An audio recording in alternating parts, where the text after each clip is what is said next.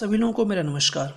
आज मैं अपने इस वीडियो में ऑर्डिनरी डिफरेंशियल इक्वेशन के एक इम्पॉर्टेंट टॉपिक ऑर्थोगोनल ट्रैजेक्टरी के कुछ न्यूमेरिकल क्वेश्चंस को लेकर उपस्थित हुआ हूँ।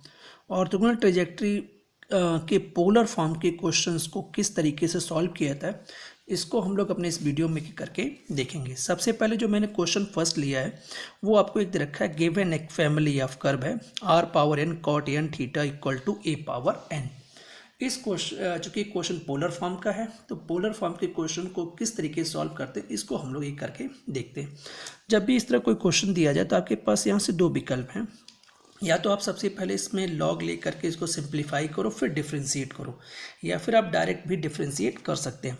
फिलहाल हम लोग यहाँ पे इसको डायरेक्ट डिफ्रेंशिएट कर रहे हैं। Differentiating equation first with respect to theta, theta के रिस्पेक्ट में कर रहे हैं। चलिए भाई ठीक है, पहला फंक्शन ऐसे रन दिया जाए, इसका डिफ्रेंशिएशन करिए तो minus n sine n theta, ये कॉस एन थीटा का डिफ्रेंशिएशन हो जाएगा, प्लस कॉस एन थीटा वैसे रहेगा और n r power n minus one, और ये हो जाएगा d are upon D theta equal to 0।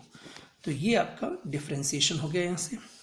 तो अब यहाँ से हम लोग d are upon D theta को फाइंड आउट करते हैं। तो ये हो जाएगा आपका यहाँ से n r power n sine n theta upon n r power n minus one cos n theta. तो ये वैल्यू हो जाएगी आपके यहाँ से। तो इसको कैंसिल कर लेते हैं, सिंप्लीफाई कर लिया जाए तो हमारे पास जो आउटपुट आएगा वो आएगा आर टेन एन थीटा, ये वैल्यू आ गई। तो d are upon D theta यहाँ से कितना हो जाएगा, तो d are upon D theta equal to r tan n theta. तो ये d are upon D theta की वैल्यू आ गई। इसे इक्वेशन नंबर सेकंड दे दिया जाए। एक बात और ध्यान रखिएगा कि यहाँ पे चूँकि इस क्वेश्चन में ये जो है मोस्टली हम लोग का पैरामीटर काम करता है, तो चूँकि डिफरेंशिएशन में ये खत्म हो गया तो इसको अलग से एलिमिनेट करने की ज़रूरत नहीं पड़ी। वैसे ही ध्यान रखिएगा इस क्वेश्चन में कि ए जो है, अगर यहाँ इक्वेशन फर्स्ट को डिफरेंशिएट करने पे जो इक्वेशन सेकंड मिलती है आपको, अगर उसमें ये पैरामीटर आपका ए जो है वो मौजूद रहता है, मीन्स ये एलिमिनेट हट नहीं पाता यहाँ से डिफरेंशिएशन में, तो आपको इस एक कॉन्स्टेंट को आपको या पैरामीटर को एलिमिनेट करना पड़ेगा इक्वेशन फर्स्ट और सेकेंड की मदद से। फिलहाल हम लोग यहाँ फ़ायदे में है कि हम लोग यहाँ पे कांस्टेंट ऑलरेडी एलिमिनेट हो चुका है, ठीक है। तो ये जो लाइन आई है आपकी, जो आपकी आर थीटा और डी आर, बस आर हो गया, थीटा हो गया और D R upon D theta हो गया, इस के फॉर्म में जो आपकी फैमिली आप करवाइए, इसको हम लोग बोलेंगे which is a differential, which is a differential equation of the family of curves. तो ये हमारी differential equation of the family of curve आ गया। याद रखिएगा कि ये आपको differential equation of the family of curve तक ये प्रोसेस लाना पड़ेगा आपको यहाँ तक। इसको हम लोग इस मेथड का स्टेप फर्स्ट बोलते हैं, मीन्स यहाँ तक का प्रोसीजर स्टेप फर्स्ट में आता है। मीन्स आपको जब differential equation of the family of curve मिल जाए तो अब आपको ऑर्थोगोनल ट्रैजेक्टरी को फाइंड आउट करने की प्रोसेस तरफ बढ़ना है हम लोग को। तो यहाँ पे हम लोग सेकेंड स्टेप पे हम लोग आ गए। तो for orthogonal trajectory, for orthogonal trajectories replacing, ठीक है, क्या रिप्लेस करने वाले भाई हम लोग, replacing d are upon D theta by minus are square D theta upon D r. कहाँ से, from equation second. Equation second से हम लोग यहाँ पे इसको एलिमिनेट करने वाले हैं, किसको, d are upon D theta को एलिमिनेट बल्कि रिप्लेस करने वाले हैं, किससे, minus are square D theta upon D R से। तो जब ये रिप्लेस करेंगे आप लोग तो यहाँ से हमें इक्वेशन सेकंड से क्या मिलेगा आपको, तो ये हो जाएगा minus are square D theta upon D r, ठीक है ना। ये वैल्यू देखिए किसके बराबर आएगी, आर टेन एन थीटा, ठीक है। तो आर से आर कैंसिल हो गया आपका, देखिए यहाँ से तो ये वैल्यू हमारी आएगी यहाँ से D theta upon D R और है आपका यहाँ से, और ये हो जाएगा -10 एन थीटा। ठीक है, तो इसको थोड़ा सा और सिंप्लीफाई करके लिखा जाए तो हमारा यहाँ से D R upon R plus ये cot N theta D theta equal to 0। ये हमारी इक्वेशन नंबर, इसको हम लोग 3rd दे देंगे और इसको यहीं पे अभी रोक दे रहे हैं। ठीक है, इसको हम लोग को इंटीग्रेट करना रह गया। चलिए इसको इंटीग्रेट करते हैं यहाँ से हम लोग, फिर आगे प्रोसीजर को बढ़ाते हैं यहाँ से। तो यहाँ से हमें इसको इंटीग्रेट करना है, तो चलिए देखते हैं इसका इंटीग्रेशन। तो लिखेंगे हम लोग यहाँ पे इंटीग्रेटिंग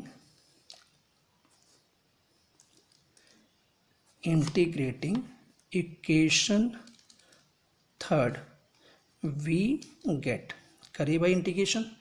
तो ये हो जाएगा आपका log r प्लस, और आपका जो कॉट है उसका इंटीग्रेशन होता है log साइन, और चूंकि इस एन थीटा है तो आपका n अपॉन में और आ जाएगा इंटीग्रेशन के कारण, तो ये हो जाएगा आपका यहाँ से इक्वल टू log c। ठीक है, याद रखिएगा यहाँ पे जो इंटीग्रेशन हुआ है तो आप लोग जानते भी होंगे अच्छी तरह से कि integration cot theta D theta जो होता है आपका वो होता है log साइन थीटा। ठीक है, तो इस फॉर्मूले को यहाँ पे यूज किया गया है। तो ये हो जाएगा आपका यहाँ से, इसको हम लोग यूज करें तो n log r plus log sine n theta equal to n log c हो जाएगा। तो इसको आप लिख सकते हो log r power n log sine n theta equal to log c power n।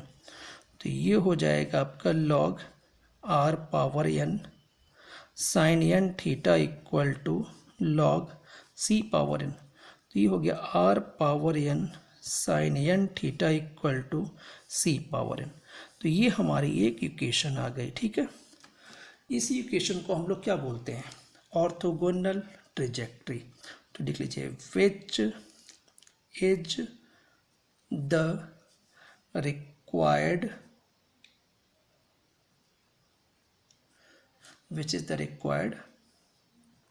Orthogonal trajectory, which is the required orthogonal trajectory। तो इस तरह से हमारा क्वेश्चन ये कंप्लीट हो गया।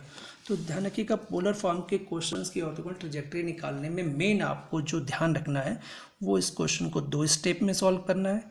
पहली स्टेप में जो भी आपको फैमिली ऑफ कर्व दिया गया हो उस फैमिली ऑफ कर्व को डिफरेंशिएट करके और कांस्टेंट को एलिमिनेट करके आपको differential equation of the family of curve find out करना होगा। ठीक है, और जब differential equation of family of curve मिल जाए तो वहाँ से ऑर्थोगोनल ट्रैजेक्टरी के लिए उसको आगे प्रोसेस को बढ़ाएंगे और उसमें D are upon D theta को minus are square D theta upon D theta upon D R से रिप्लेस करके उसको सॉल्व करके इंटीग्रेशन करके आप ऑर्थोगोनल ट्रैजेक्टरी को फाइंड आउट कर सकते हैं।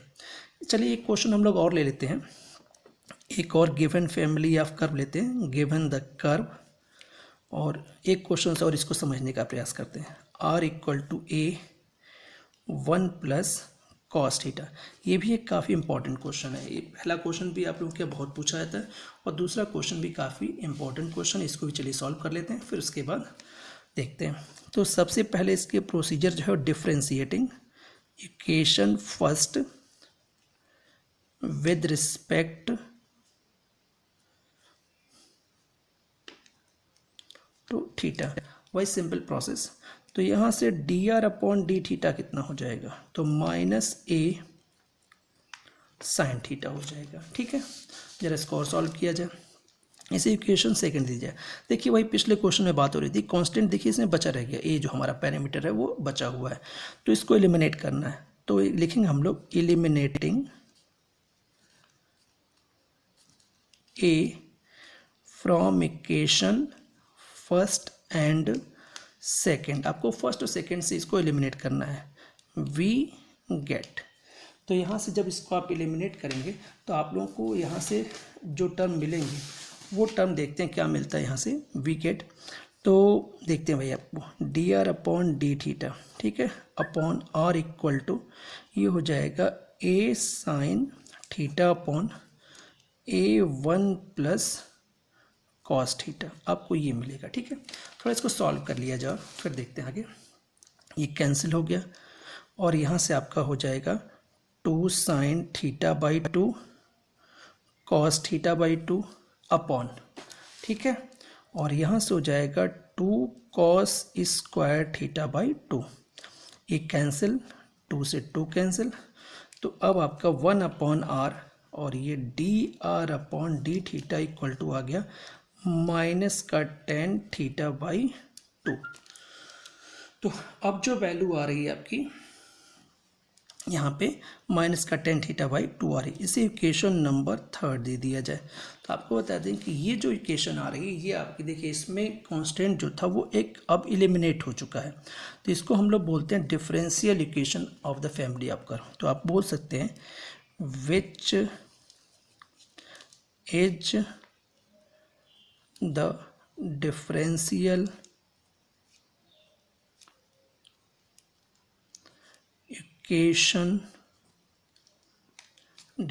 इक्वेशन ऑफ फैमिली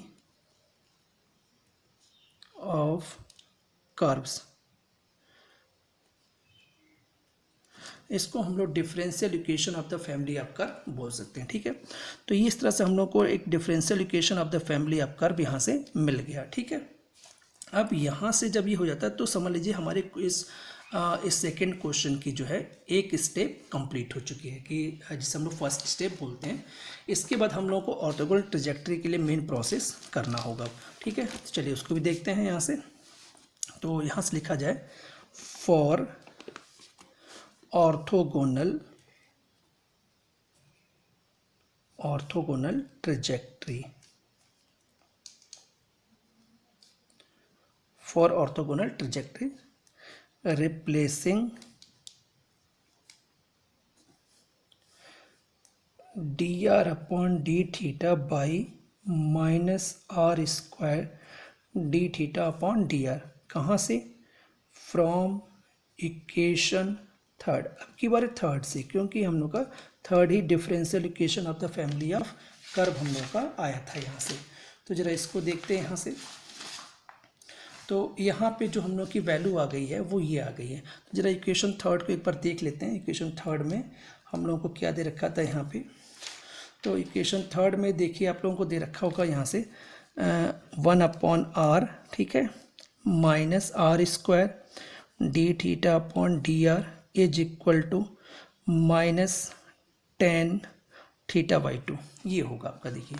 ठीक है, तो यहाँ से आर से आर कैंसिल, तो ये हो जाएगा आपका यहाँ से r d theta upon D r equal to tan theta by 2, ये आ जाएगा। ठीक है, इसमें सेपरेबल मेथड लगा लेते हैं। सेपरेबल मेथड में क्या होता है कि आर को आर के पास और थीटा को थीटा के पास भेज दिया जाए। तो ये हमारा डिटेल जो है कुछ इस तरीके से आ जाएगा। देख लेते हैं, एक बार चेक कर लेते हैं। डी आर अपॉन आर और ये आपका इस तरह से हो जाए, कॉट बनाइए। ठीक है, अब जरा इसको इंटीग्रेट कर दिया जाए, इंटीग्रेटिंग बोथ साइड। ठीक है, इंटीग्रेटिंग बोथ साइड। चलिए भाई इंटीग्रेट करते हैं इसको। तो ये हो जाएगा आपका लॉग आर इक्वल टू, और ये हो जाएगा आपका log sine theta by 2 upon 1 by 2, ये आपका इसका इंटीग्रेशन हो जाएगा, और प्लस लॉग सी। ठीक है, कॉट का इंटीग्रेशन कॉट थीटा का होता है लॉग साइन थीटा, जो कि थीटा बाई 2 है, तो थीटा बाई 2 का नीचे डिफ्रेंसिएशन होता है, ये 1 बाई 2 आ जाएगा। तो ये आपका हो गया यहाँ से log r equal to 2 log sine, ठीक है, और ये हो जाएगा theta by 2 plus log c, ये हो गया आपका। ठीक है, अब जरा इसको और देखते हैं। तो इसको सॉल्व करते हैं राइट को। तो ये हो जाएगा लॉग, और ये हो गया आपका साइन स्क्वायर थीटा बाई 2, ठीक है, प्लस लॉग सी, ये हो जाएगा। थोड़ा और इसको सॉल्व किया जाए तो ये हो जाएगा आपका log r equal to log c sine square theta by 2, ये हो जाएगा। ठीक है, तो यहाँ से r आपका आ जाएगा c sign square theta by 2, ये आ गया। ठीक, चूँकि हमें पता है cos 2 थीटा का फार्मूला यहाँ पे हमें यूज करना है, तो हम ये वाला फार्मूला यहाँ पे यूज करने जा रहे हैं। ठीक है, तो यहाँ से क्या हो जाएगा आपका, ये हो जाएगा c 1 minus cos theta upon 2 हो जाएगा। ठीक है, आप थोड़ा इसको और सॉल्व कर लिया जाए तो ये हो जाएगा c/2, r इक्वल टू यहाँ c/2 1 माइनस कॉस थीटा। तो c/2 को कुछ एक कांस्टेंट, नया कांस्टेंट ले लेते हैं, तो इसको हम लोग नया कांस्टेंट b नाम दे दिया। ठीक है, तो यहाँ से चूँकि हमारा जो b है वो हमारा c/2 आ गया। ऐसे आप चाहो तो b की जगह c भी ले सकते हैं हम लोग, कैपिटल C। तो फिलहाल हम लोगों का r equal to b 1 minus cos theta आ गया। आपको बता दें कि यही हमारा रिक्वायर्ड ऑर्थोगोनल ट्रैजेक्टरी है, तो लिख लीजिएगा आप लोग, विच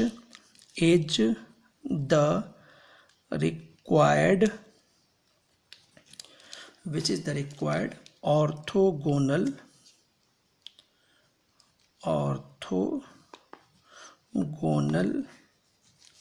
ठीक है ट्रैजेक्टरी।